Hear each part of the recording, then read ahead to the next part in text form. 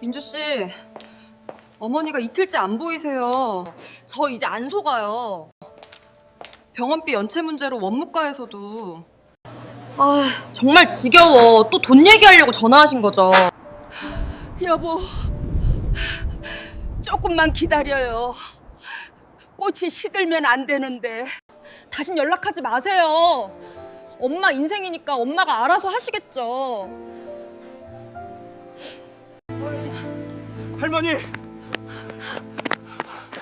새벽 6시면 어김없이 눈이 떠집니다. 알람 시계보다 먼저 깨는 게 버릇이 된 지 벌써 20년째예요. 이불을 걷어내고 일어나 거실로 나오면 낡은 아파트 벽에 걸린 시계. 초침 소리가 또각또각 새벽 정적을 깨웁니다. 무릎이 시큰거려서 한참을 주물러야 겨우 걸을 수 있는 나이가 됐지만 그래도 오늘도 씩씩하게 움직여야죠. 욕실 거울 앞에 서서 머리를 빗습니다. 백발이 성성한 제 모습을 보면 가끔 깜짝 놀라요. 어머, 이게 나야? 싶을 정도로 늙었거든요. 하지만 오늘도 단정하게 머리를 묶고 수십 년 된 분홍색 립스틱을 살짝 바릅니다. 오늘도 예뻐 보여야지. 혼잣말을 하며 거울에 비친 제 얼굴을 다독입니다. 순호가 제일 좋아하던 립스틱 색깔이거든요.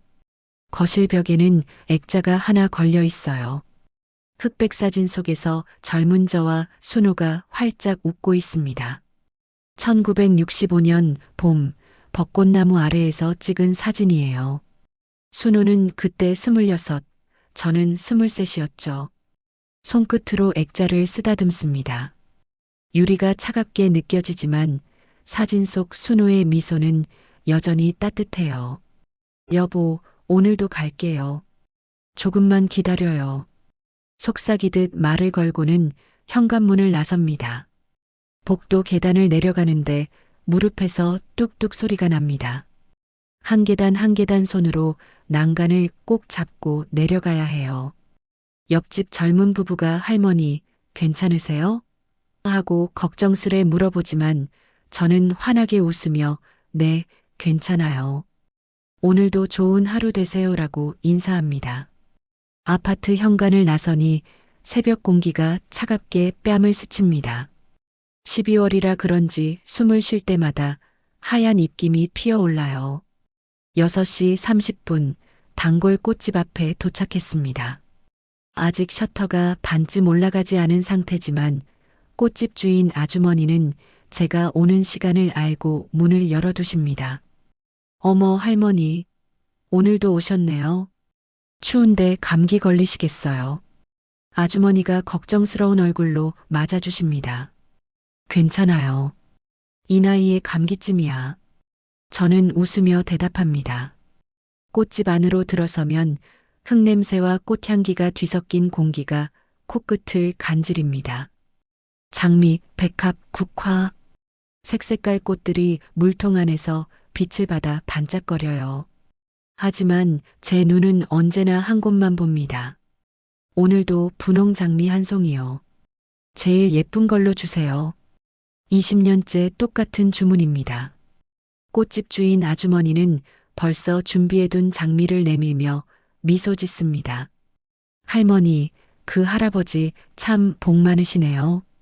20년 동안 단 하루도 안 빠지고 장미 줄기를 받아드는 제 손이 미세하게 떨립니다. 68살에 류머티즘이 와서 손가락 마디마다 혹이 생겼거든요. 하지만 꽃만큼은 절대 떨어뜨리지 않아요. 조심스럽게 가슴에 안고 꽃집을 나섭니다. 감사합니다. 내일 또 올게요. 버스 정류장까지 천천히 걸어갑니다. 출근하는 사람들이 분주하게 옆을 지나치지만 저는 서두르지 않아요.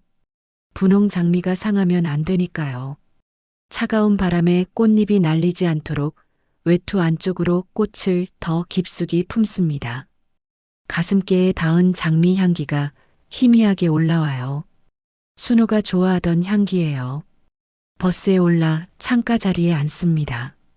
아침 러시아워라 사람들로 가득 차 있지만 다들 제가 조심스럽게 품고 있는 꽃을 보고는 자리를 양보해 주십니다. 할머니, 여기 앉으세요. 젊은 남학생이 일어서며 말합니다. 고맙습니다, 학생.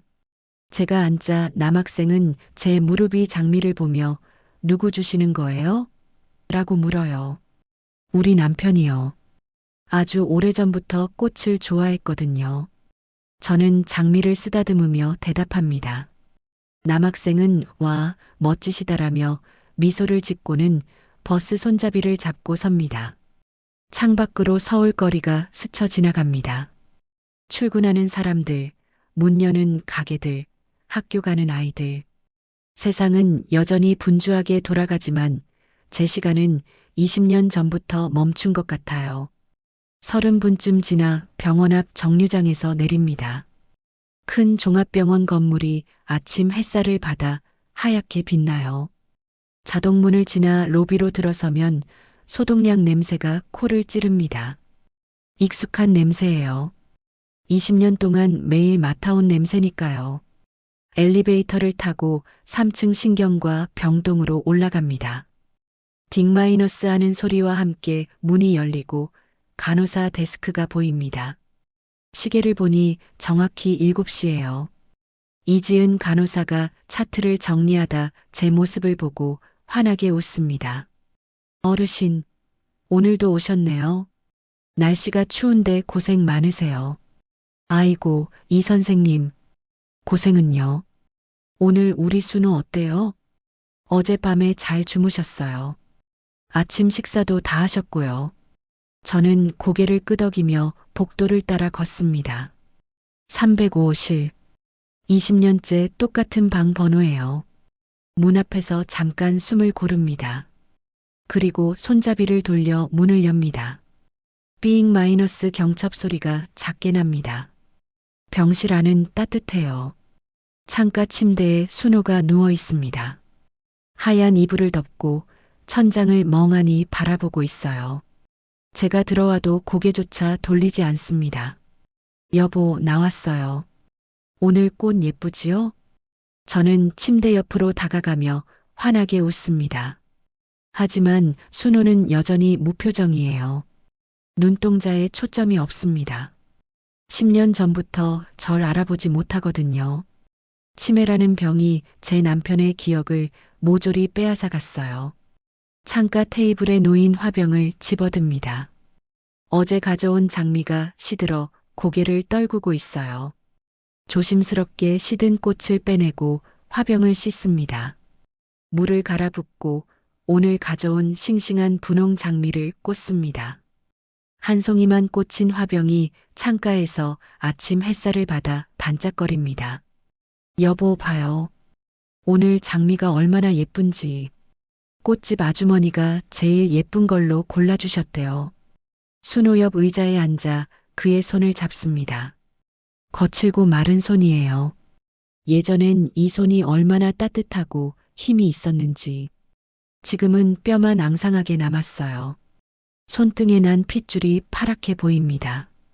제 손으로 순호 손을 감싸며 천천히 쓰다듬습니다. 오늘 날씨가 많이 추워요. 아침에 나올 때 입김이 새하얗게 나오더라고요. 겨울이 벌써 왔나 봐요. 우리 순호 감기 걸리면 안 되는데. 혼잣말처럼 중얼거립니다. 순호는 대답이 없어요. 그저 천장을 바라볼 뿐이에요. 하지만 괜찮아요. 저는 순호 곁에 있는 것만으로도 행복하니까요. 30분 동안 그렇게 앉아 있습니다. 순호 손을 잡고 오늘 아침에 본 풍경들을 이야기해 줍니다. 버스에서 만난 착한 학생 이야기, 꽃집 아주머니가 안부를 물어본 이야기, 아파트 화단에 겨울 국화가 피었다는 이야기. 자, 이제 갈게요. 내일 또 올게요. 꼭이요. 일어서려는데 무릎이 뻐근합니다. 한참을 붙들고 일어나야 해요. 순호 이마에 입을 맞춥니다. 차갑고 메마른 이마예요. 사랑해요, 여보. 속삭이고는 병실을 나옵니다. 복도에서 최영희 간호조무사와 마주칩니다. 할머니, 오늘도 다녀가시네요. 근데 할머니, 할아버지가 10년째 할머니를 한 번도 알아보신 적이 없잖아요. 힘드시지 않으세요? 최영희 선생님은 10년 전부터 이 병동에서 일하셨어요. 순호의 상태를 누구보다 잘 아시는 분이죠. 저는 미소를 지으며 대답합니다. 괜찮아요. 순호가 날 잊어도 제가 순호를 기억하면 되니까요. 그게 사랑 아니겠어요? 최영희 선생님 눈가가 촉촉해집니다. 할머니, 정말 대단하세요. 저는 고개를 저으며 엘리베이터를 향해 걸어갑니다. 뒷모습이 유난히 작아 보인다는 걸 저는 모릅니다. 복도 끝에서 이지은 간호사가 제 모습을 바라보며 한숨을 쉽니다. 퇴근 후 이지은 간호사는 순호 할아버지 차트를 정리하다 메모를 발견합니다. 보호자 연락 두절 3년째. 병원비 연체 누적 중. 할머니 기초수급자로 매달 연금에서 조금씩 납부 중. 간호사는 창밖을 바라봅니다. 멀어지는 할머니의 뒷모습이 보여요. 저녁 노을 아래 그 작은 뒷모습은 세상에서 가장 외로워 보입니다. 하지만 동시에 세상에서 가장 강해 보이기도 해요. 이때 간호사는 몰랐습니다. 그 작은 할머니가 가슴속에 얼마나 큰 고통을 숨기고 있는지. 안녕하세요. 시니어톡입니다. 방금 들으신 박영수 할머니의 이야기 어떠셨나요? 20년 동안 단 하루도 빠짐없이 분홍장미 한 송이를 들고 병원을 찾는 할머니. 게다가 10년째 남편은 할머니를 알아보지도 못한다니 정말 가슴이 먹먹해집니다. 사실 더 안타까운 건 할머니가 기초수급자라는 점이에요. 병원비도 제대로 못 내시면서 그 귀한 연금에서 조금씩 갚아가고 계신 거죠. 딸은 3년째 연락도 없고요. 혼자서 모든 걸 감당하고 계신 겁니다. 근데 여러분, 저는 걱정이 됩니다. 할머니 나이가 78이잖아요. 매일 새벽같이 일어나서 버스 타고 병원 다니는 게 얼마나 힘드시겠어요. 게다가 무릎도 안 좋으신 것 같던데 혹시 할머니가 먼저 쓰러지시는 건 아닐까요? 그럼 순호 할아버지는 어떻게 되는 걸까요? 아무도 돌보는 사람 없이 병원에 혼자 남겨지는 건 아닐까요? 생각만 해도 너무 마음이 아픕니다. 과연 할머니는 이 힘든 상황을 언제까지 버티실 수 있을까요? 딸은 돌아올까요? 다음 이야기를 계속 들어보시겠습니다. 3주 전 일입니다. 그날도 평소처럼 7시에 병원에 도착했어요. 분홍 장미를 화병에 꽂고 순호 곁에 앉아 있었는데 갑자기 기침이 나왔습니다. 콜록, 콜록. 처음엔 그냥 가벼운 기침인 줄 알았어요. 나이 들면 목이 간질간질한 게 당연하잖아요. 손으로 입을 가리고 기침을 참으려 했는데 멈추질 않더라고요. 할머니, 괜찮으세요? 순호 침대 정리를 하러 들어온 이지은 간호사가 걱정스러운 표정으로 제 등을 토닥여줍니다. 저는 손을 저으며 웃었어요. 괜찮아요, 선생님. 그냥 목이 좀 간질거려서요. 나이 들면 다 그렇잖아요. 그래도 감기 같은데 진료 한번 받으세요. 요즘 독감도 도는데. 아이고, 괜찮아요. 약국에서 약 좀 사 먹으면 나을 거예요. 이지은 간호사는 더 권유하고 싶어 보였지만 응급벨이 울려서 황급히 병실을 나가셨어요. 저는 안도의 한숨을 쉬었습니다. 진료를 받으면 돈이 드니까요. 제 연금은 겨우 30만 원, 거기서 순호 병원비 10만 원 내고 집세 15만 원 내고 나면 손에 쥐는 돈이 얼마 없거든요. 병실을 나와 화장실로 갔습니다. 다행히 아무도 없었어요. 세면대에 기대어 다시 기침을 하는데 손바닥에 뭔가 축축한 게 묻었습니다. 손을 펴보니 비었어요. 선홍빛 피가 송금 사이로 흘러내렸습니다. 가슴이 철렁했어요. 하지만 저는 재빨리 물로 손을 씻었습니다. 휴지로 입을 닦고 거울 속 제 얼굴을 봤어요. 창백한 얼굴, 움푹 꺼진 눈, 말라비틀어진 입술. 그래, 조금만 참자. 순호 곁에 있어야 해. 스스로를 다독이며 화장실을 나왔습니다. 2주 전 일입니다. 병원 원무과에서 연락이 왔어요. 오후 2시에 꼭 들러달라고요. 무슨 일인지 알면서도 모른 척 했습니다. 원무과 문을 열고 들어서니 직원분이 차가운 표정으로 서류를 내밀었어요. 박영수 할머니시죠? 병원비가 300만 원 넘게 밀렸습니다.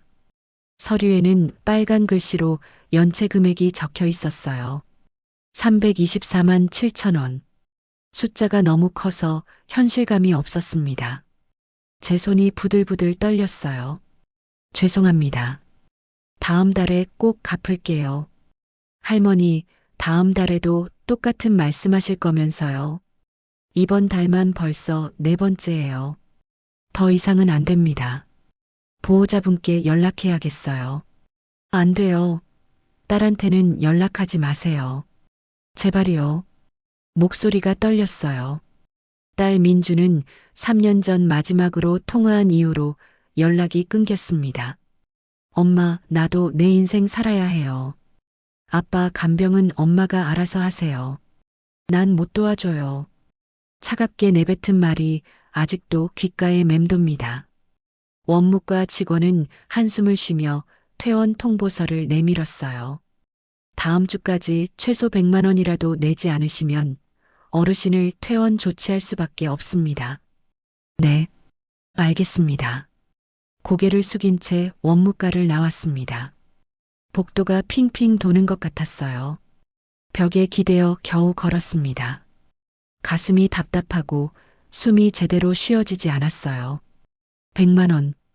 100만 원을 어디서 구하지? 머릿속이 하얘졌습니다. 엘리베이터를 타고 3층으로 올라가 305호실로 갔어요. 순호는 여전히 천장을 바라보고 있었습니다. 저는 순호 손을 잡고 울었어요. 소리내지 않으려고 이를 악물었지만 눈물이 멈추지 않았습니다. 여보, 미안해요. 내가 당신을 지켜주지 못할 것 같아요. 미안해요. 순호는 제 말에 아무 반응이 없었어요. 그저 텅 빈 눈으로 천장을 바라볼 뿐이었습니다. 그 모습을 보니 더 서러웠어요. 10년 동안 저를 한 번도 알아보지 못했지만 그래도 순호 곁에 있는 것만으로도 버틸 수 있었거든요. 하지만 이제 그마저 못하게 될 것 같았습니다. 1주 전 일입니다. 그날은 유난히 추웠어요. 새벽부터 찬바람이 매섭게 불었습니다. 외투를 단단히 여미고 꽃집으로 향했는데 중간에 숨이 차올랐어요. 가슴이 답답하고 식은땀이 등줄기를 타고 흘렀습니다. 조금만 더. 꽃집까지 겨우 걸어갔습니다. 문을 열고 들어서는 순간 세상이 빙글빙글 돌았어요. 무릎에 힘이 풀리며 그대로 쓰러졌습니다. 어머, 할머니. 꽃집 주인 아주머니의 비명소리가 희미하게 들렸어요. 차가운 바닥에 쓰러진 채 저는 천장의 형광등을 멍하니 바라봤습니다. 빛이 번져 보였어요. 119 불러야겠어요. 잠깐만요. 안 돼요. 간신히 손을 들어 아주머니를 붙잡았어요. 119를 부르면 응급실로 가게 되고 응급실 비용이 또 나오잖아요. 그럴 돈이 없었습니다. 괜찮아요. 그냥 꽃만 주세요. 꽃집 아주머니는 눈물을 글썽이며 절 부축해 일으켜 세웠어요. 의자에 앉혀주고 물을 가져다 주었습니다. 한참을 그렇게 앉아 숨을 고르고 나서야 겨우 정신이 돌아왔어요. 지갑을 열어 마지막 남은 5천 원을 꺼냈습니다.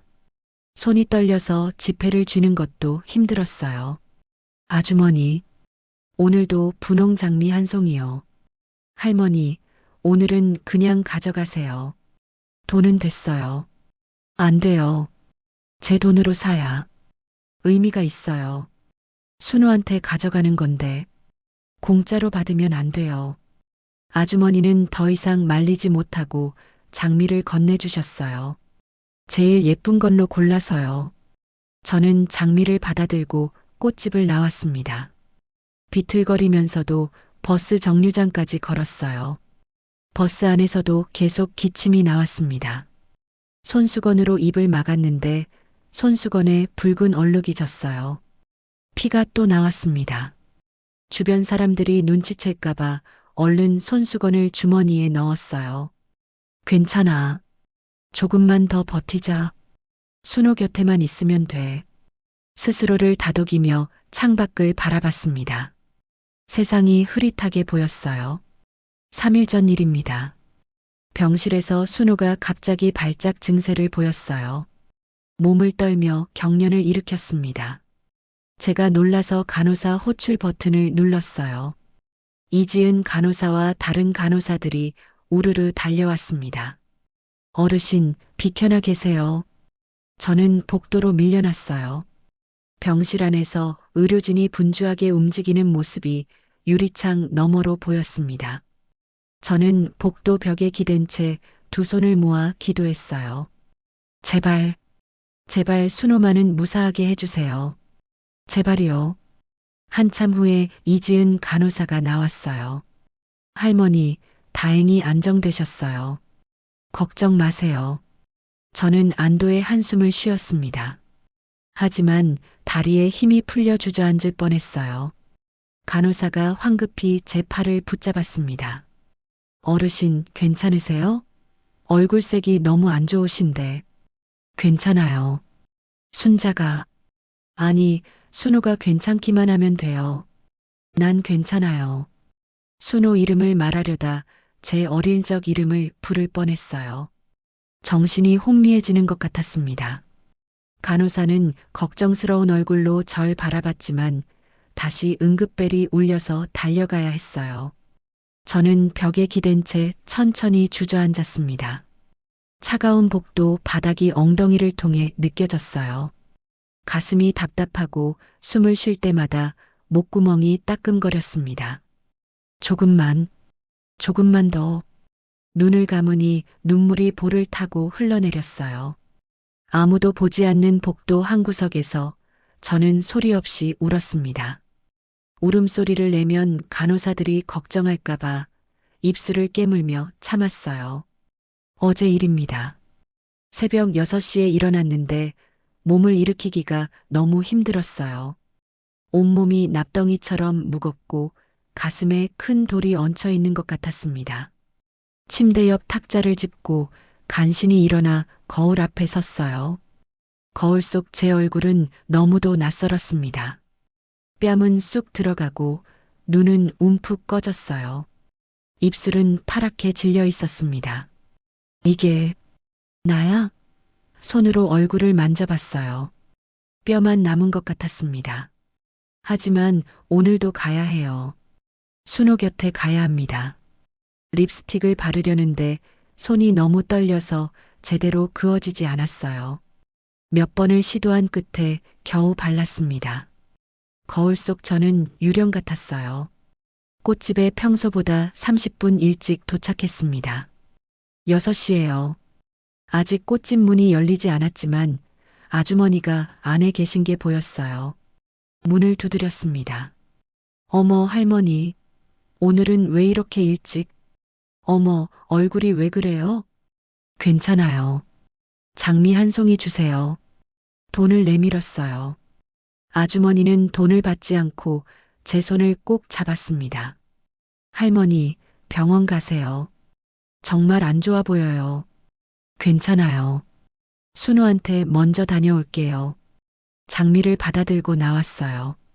버스를 타고 병원에 도착했을 때는 6시 30분이었습니다. 아직 간호사들이 인수인계 중이었어요. 조용한 복도를 지나 305호실로 갔습니다. 순호는 잠들어 있었어요. 평화로운 얼굴이었습니다. 저는 조용히 화병에 물을 갈고 새 장미를 꽂았어요. 그리고 침대 옆에 앉아 순호 손을 잡았습니다. 평소보다 오래 손을 잡고 있었어요. 30분이 아니라 1시간. 아니, 시간 가는 줄 몰랐습니다. 순호의 손을 쓰다듬으며 속삭였어요. 여보, 미안해요. 내가 당신 곁에 오래 있지 못할 것 같아요. 주머니에서 하얀 봉투를 꺼냈습니다. 며칠 전 밤새 쓴 편지예요. 떨리는 손으로 편지를 침대 서랍 깊숙이 넣었어요. 간호사들이 찾을 수 있도록 앞쪽에 놓았습니다. 순호야, 나 먼저 갈게요.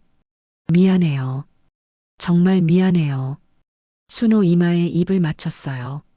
눈물이 뚝뚝 떨어져 순호 얼굴을 적셨습니다. 얼른 손으로 닦아냈어요. 창밖으로 동이 트기 시작했습니다. 붉은 아침 햇살이 병실 안을 채웠어요. 화병 속 분홍 장미가 빛을 받아 반짝거렸습니다. 사랑해요. 다음 생에도 당신을 만날게요. 마지막 인사를 하고 병실을 나왔어요. 복도는 여전히 조용했습니다. 엘리베이터를 타고 1층으로 내려가 병원을 나섰어요. 차가운 아침 공기가 뺨을 때렸습니다. 하지만 이상하게 춥지 않았어요. 버스 정류장으로 걸어가는데 몸이 점점 가벼워지는 것 같았습니다. 마치 구름 위를 걷는 것처럼. 집에 도착해 현관문을 열었어요. 낡은 아파트, 텅 빈 거실, 혼자 남은 침대. 이제 여기서의 하루하루도 얼마 남지 않았다는 걸 알고 있었습니다. 침대에 누워 천장을 바라봤어요. 순호가 매일 바라보던 천장처럼. 눈을 감으니 순호의 젊은 얼굴이 떠올랐습니다. 벚꽃나무 아래서 환하게 웃던 26 순호. 여보, 이제 곧 만날게요. 그렇게 저는 깊은 잠에 빠져들었습니다. 오늘 아침 7시 신경과 병동은 이상하게 조용했어요. 이지은 간호사가 복도를 걸으며 시계를 봤습니다. 7시 정각. 할머니 안 오셨네. 최영희 간호조무사도 고개를 갸웃거렸어요. 20년 동안 단 하루도 안 빠지셨는데 간호사들이 웅성거리기 시작했습니다. 할머니 괜찮으신가? 혹시 편찮으신 거 아냐? 걱정스러운 목소리들이 데스크 주변에 모였어요. 7시 30분이 지났습니다. 여전히 할머니는 나타나지 않았어요. 이지은 간호사가 305호실을 들여다봤습니다. 창가 화병 속 장미는 어제껏 그대로예요. 고개를 떨구고 시들어가고 있었습니다. 이상한데 할머니한테 무슨 일 있는 거 아니야? 최영희가 불안한 얼굴로 말했어요. 다른 간호사들도 고개를 끄덕였습니다. 20년 동안 비가 오나 눈이 오나 매일 7시에 오시던 할머니가 오늘은 안 오셨어요.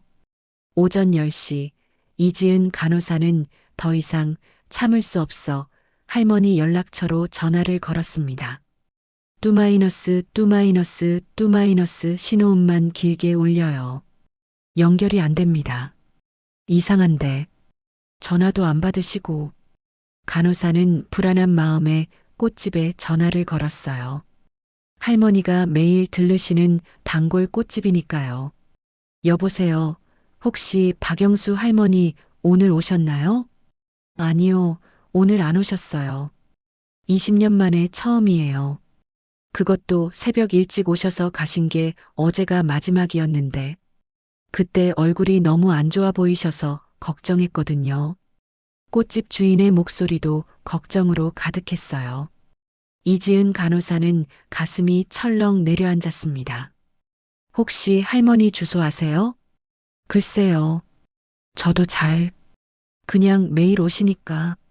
전화를 끄는 간호사는 원무과로 달려갔어요. 박영수 할머니 보호자 연락처 좀 주세요. 급해요. 원무과 직원이 차트를 뒤적이더니 말했어요. 3년 전 번호인데 될지 모르겠네요. 그때 이후로 연락 두절이라. 그래도 한번 걸어볼게요.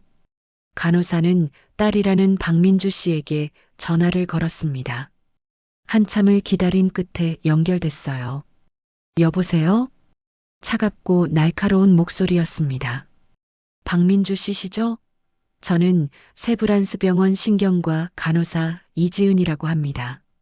어머니이신 박영수 할머니 혹시 연락되시나요? 엄마요? 왜요? 또 돈 달라고 그러세요? 목소리에 짜증이 묻어났어요.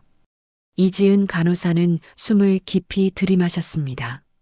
아니요, 그게 아니라 오늘 할머니가 병원에 안 오셔서요. 20년 동안 한 번도 안 빠지셨는데. 아, 그래요? 근데 그게 저랑 무슨 상관이에요? 저 바쁜데. 어머니 연락이 안 되는데 혹시 확인 좀. 간호사님, 저 진짜 바빠요. 엄마 일은 엄마가 알아서 하는 거예요. 저한테 연락하지 마세요. 툭 마이너스 전화가 끊겼습니다. 이지은 간호사는 멍하니 전화기를 내려다봤어요. 손이 부들부들 떨렸습니다. 분노인지 슬픔인지 알 수 없는 감정이 가슴을 짓눌렀어요.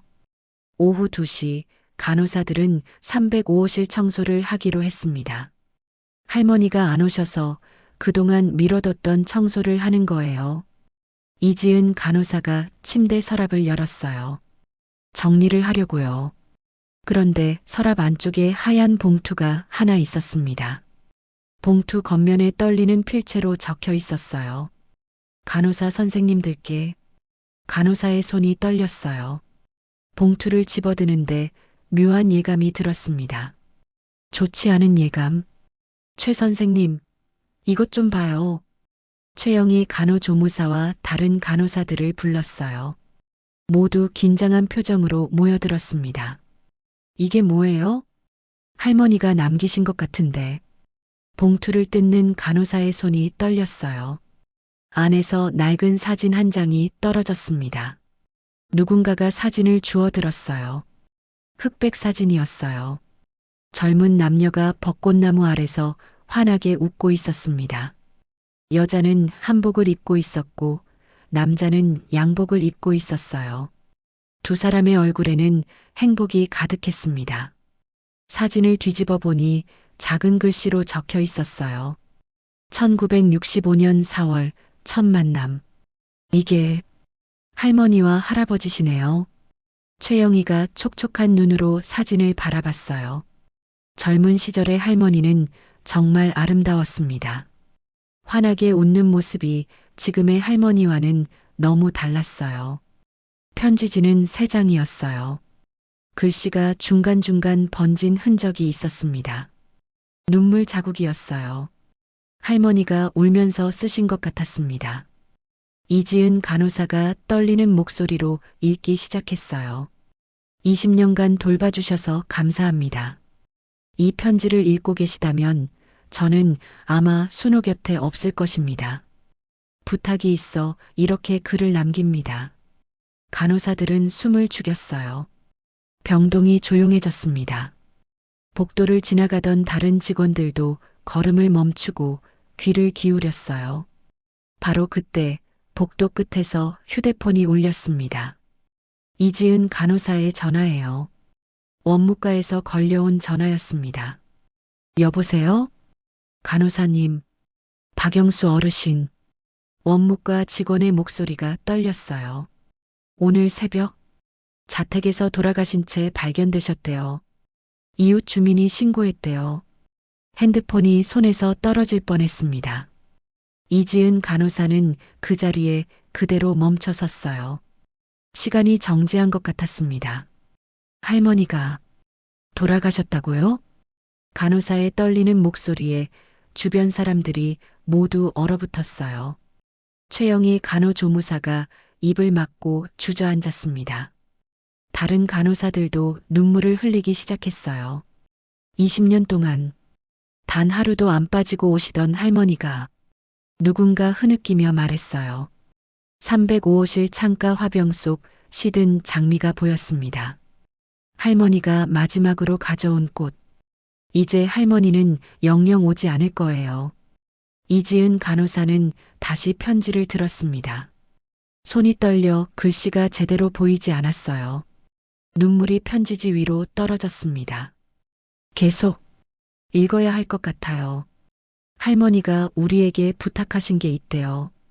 간호사들은 모두 눈물을 닦으며 다시 모여들었어요. 이지은이 떨리는 목소리로 편지를 이어서 읽기 시작했습니다. 복도 끝 침대에 누운 순호 할아버지는 여전히 천장을 바라보고 있었어요. 아내가 세상을 떠났다는 것도, 간호사들이 울고 있다는 것도 모른 채 그저 텅 빈 눈으로 천장만 바라볼 뿐이었습니다. 병동 휴게실에 간호사들이 모여 앉았어요.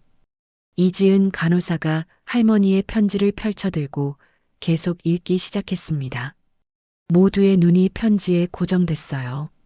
순호와 저는 1965년 봄 벚꽃 축제에서 만났습니다. 할머니의 글씨는 떨렸지만 또박또박했어요. 한 글자 한 글자 정성스럽게 쓴 흔적이 보였습니다. 저는 재벌집 외동딸이었어요.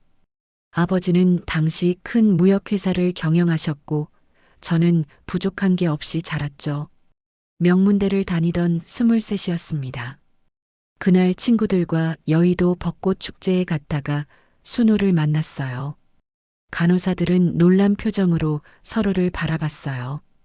할머니가 재벌집 딸이었다니. 순호는 가난한 고학생이었어요. 낮에는 공장에서 일하고 밤에는 야간 대학을 다녔죠. 벚꽃나무 아래 벤치에 앉아 책을 읽고 있던 순호를 보고 첫눈에 반했습니다. 수줍게 웃는 모습이 너무 순수해 보였거든요. 편지를 읽는 이지은 간호사의 목소리가 점점 떨렸어요. 저는 용기를 내서 먼저 말을 걸었어요. 무슨 책 읽으세요? 순호는 깜짝 놀라 얼굴을 붉히며 경제학 책입니다라고 대답했죠. 그렇게 우리는 벚꽃나무 아래서 2시간 동안 이야기를 나눴어요. 순호의 꿈, 저의 꿈, 세상 이야기. 시간 가는 줄 몰랐습니다. 최영희 간호조무사가 눈물을 닦았어요. 다른 간호사들도 코를 훌쩍였습니다. 하지만 아버지는 저와 순호의 만남을 극렬히 반대하셨어요. 거지 같은 놈과 사귀다니 우리 집안 망신이다라고 하시며 저를 집에 가뒀습니다. 대기업 사장 아들과 결혼하라고 강요하셨죠. 편지를 읽던 이지은이 잠깐 멈췄어요. 눈물을 닦고 다시 읽었습니다. 하지만 저는 순호를 사랑했어요. 돈이나 지위가 아니라 순호의 따뜻한 마음을 사랑했습니다. 그래서 결심했어요. 1965년 가을, 저는 집을 나왔습니다. 통장 한 장, 옷 몇 벌만 들고 순호에게 갔어요. 간호사들이 숨을 죽였어요. 휴게실은 고요했습니다. 순호는 처음에 절 보고 놀랐어요. 영수야, 이러면 안 돼. 집으로 돌아가라고 했죠. 하지만 저는 고개를 저었어요. 나는 당신과 함께 살고 싶어요. 가난해도 괜찮아요. 순호는 한참을 망설이다 제 손을 잡았습니다. 고생시킬 거야 라고 했지만 저는 행복했어요. 편지 2번째 장으로 넘어갔어요. 우리는 단칸방에서 신혼생활을 시작했습니다. 순호는 낮에 공장에서 일하고 저는 식당에서 설거지를 했어요. 손이 튼살로 갈라지고 밤에는 피곤해서 쓰러지듯 잠들었죠. 하지만 행복했습니다. 순호와 함께라면 뭐든 할 수 있었어요. 이지은 간호사의 눈물이 편지 위로 떨어졌어요. 얼른 닦아내고 계속 읽었습니다. 1년 후 딸 민주가 태어났어요. 순호는 아이를 안고 눈물을 흘렸습니다. 영수야, 고마워. 정말 고마워. 우리는 가난했지만 행복했어요. 민주가 자라는 모습을 보는 것만으로도 세상을 다 가진 것 같았습니다. 하지만 편지 분위기가 바뀌었어요. 그런데 아버지는 끝까지 저를 용서하지 않으셨어요. 넌 이제 내 딸이 아니다. 집안의 수치다라고 하시며 의절을 선언하셨죠. 어머니도 동생들도 모두 절 외면했어요. 저는 가족이 그리워 밤마다 울었습니다. 간호사들이 흐느끼기 시작했어요. 순호는 제가 우는 모습을 보며 괴로워했어요. 내가 영수를 불행하게 만들었어라며 자책했죠. 하지만 저는 순호를 안으며 말했습니다. 당신과 함께라서 행복해요. 가족보다 당신이 더 소중해요. 그 말이 진심이었어요. 편지는 계속됐습니다. 세월이 흘러 순호는 작은 사업을 시작했고 우리 형편은 조금씩 나아졌어요. 민주도 건강하게 자라 대학에 들어갔죠. 하지만 1995년 아버지가 돌아가셨다는 소식을 들었어요. 장례식장에 갔지만 동생들이 절 쫓아냈습니다. 언니는 우리 가족이 아니야. 나가라고. 저는 멀리서 아버지 영정만 바라보다 돌아왔어요. 최영이가 손으로 입을 막았어요. 너무 슬퍼서 소리가 나올 것 같았거든요. 그 일 이후로 저는 죄책감에 시달렸어요. 아버지께 효도 한번 제대로 못했구나. 가족을 버렸구나. 하지만 순호는 제 곁에서 위로해줬습니다. 당신은 잘못한 게 없어. 사랑한 것뿐이야 라고. 편지 3번째 장, 마지막 장이었어요. 2005년 순호가 치매 진단을 받았어요. 의사 선생님은 앞으로 기억을 잃게 될 겁니다라고 하셨죠. 그날 집에 돌아와 순호와 둘이 앉아 울었어요. 순호는 제 손을 잡으며 말했습니다. 영수야, 미안해. 나 너 잊을 것 같아. 간호사들의 흐느끼는 소리가 커졌어요. 하지만 의사 선생님이 하신 말씀이 있었어요. 기억은 사라지지만 감정은 남을 수 있습니다. 사랑의 감정은 뇌의 깊은 곳에 저장되거든요. 그 말을 듣고 저는 결심했습니다. 순호가 절 잊어도 순호의 마음 한구석에 사랑받는 기억을 남기자고. 이지은 간호사의 목소리가 떨렸어요. 그래서 매일 꽃을 가져왔어요. 우리가 처음 만난 벚꽃나무처럼 분홍 장미를 들고 순호를 찾아갔습니다. 순호는 절 알아보지 못했지만 꽃을 보면 가끔 미소를 지었어요. 그 미소 하나 보려고 20년을 다녔습니다. 눈물이 편지를 적셨어요. 간호사들도 모두 울고 있었습니다. 사실 저도 3년 전 폐암 말기 진단을 받았어요. 의사는 6개월이라 했지만 순호를 위해 버텼습니다. 항암 치료는 돈이 없어서 못했어요. 순호 병원비 내기도 빠듯했거든요. 그냥 진통제만 먹으며 버텼습니다. 복도에서 누군가 흐느끼는 소리가 들렸어요. 박민주 할머니의 딸이었습니다. 원무과 연락을 받고 방금 도착한 참이었어요. 휴게실 문 앞에 서서 편지 내용을 듣고 있었던 거예요. 딸 민주한테는 미안해요. 연락을 끊은 건 제 선택이었어요. 민주도 힘들 텐데 엄마 때문에 더 힘들게 하고 싶지 않았거든요. 그냥 조용히 순호 곁을 지키다 가고 싶었어요. 민주가 무릎을 꿇고 바닥에 주저앉았어요. 엄마, 엄마. 오열하는 목소리가 복도에 울려 퍼졌습니다. 편지 마지막 부분이었어요. 간호사 선생님들께 부탁이 있습니다. 순호가 떠날 때까지 매일 아침 305호실에 분홍 장미 한 송이를 놓아주세요. 순호는 꽃을 볼 때마다 미소 짓습니다. 그게 순호가 사랑받고 있다는 증거니까요. 이지은이 잠깐 멈췄다가 떨리는 목소리로 마지막 문장을 읽었어요. 동봉한 통장으로 꽃값 부탁드립니다. 잔액은 50만 원입니다. 그리고 순호가 깨어나거든 전해주세요. 영수가 사랑한다고 부탁드립니다. 마이너스 2024년 12월 24일 박영수 올림. 편지를 다 읽은 순간 휴게실은 울음소리로 가득 찼어요. 간호사들이 서로를 안고 울었습니다.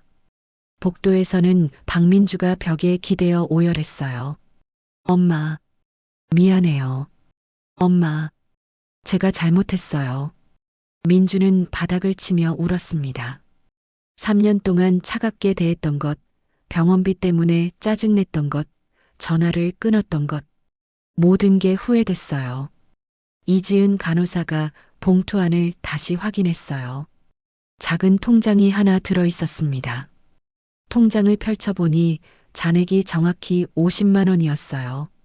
할머니가 마지막 남은 돈을 모두 꽃값으로 남긴 거였습니다.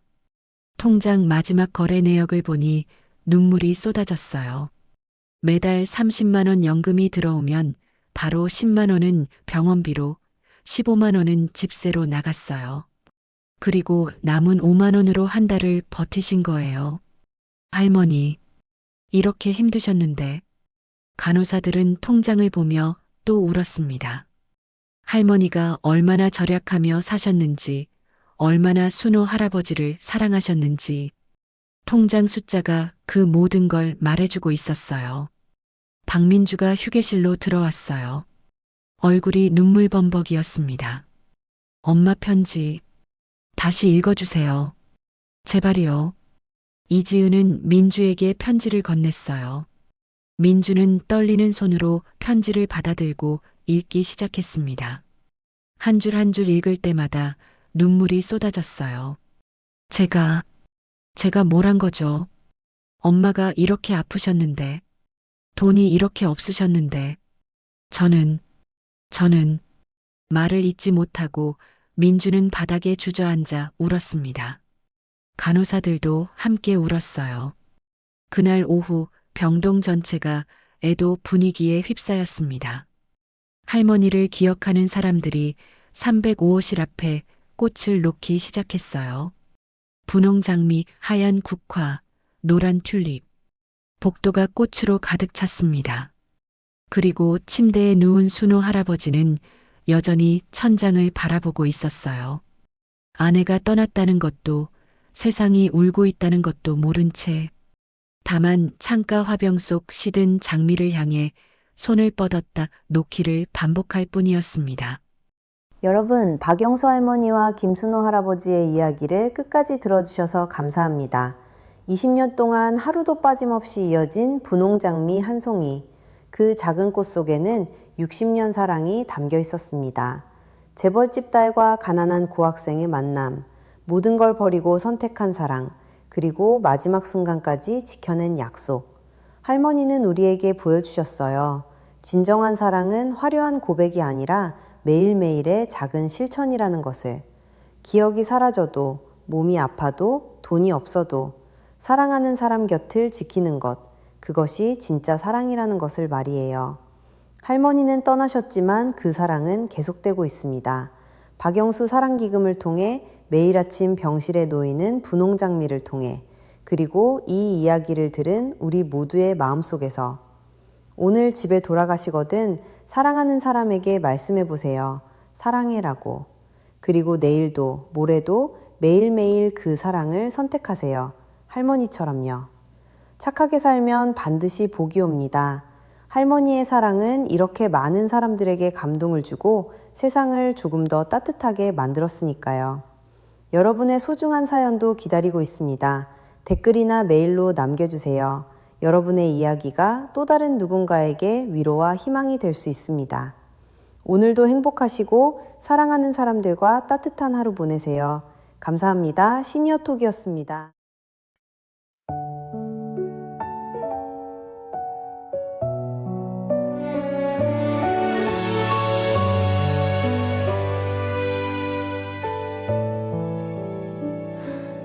괜찮았다고 말해줄게. 참 잘 버텼다고. 텅 빈 밤 속에 숨겨둔 그 눈물조차도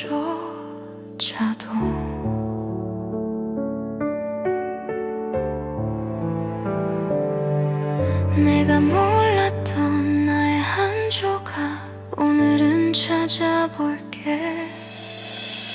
괜찮았다고 말해줄게. 참 잘 버텼다고. 아무도 몰랐던 내 마음을 오늘은 안아줄게. 오늘은 안아줄게.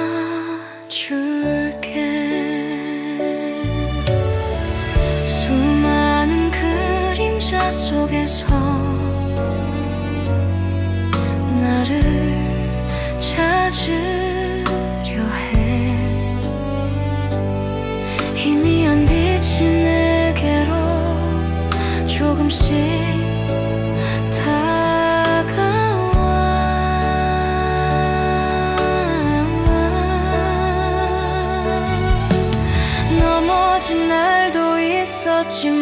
다시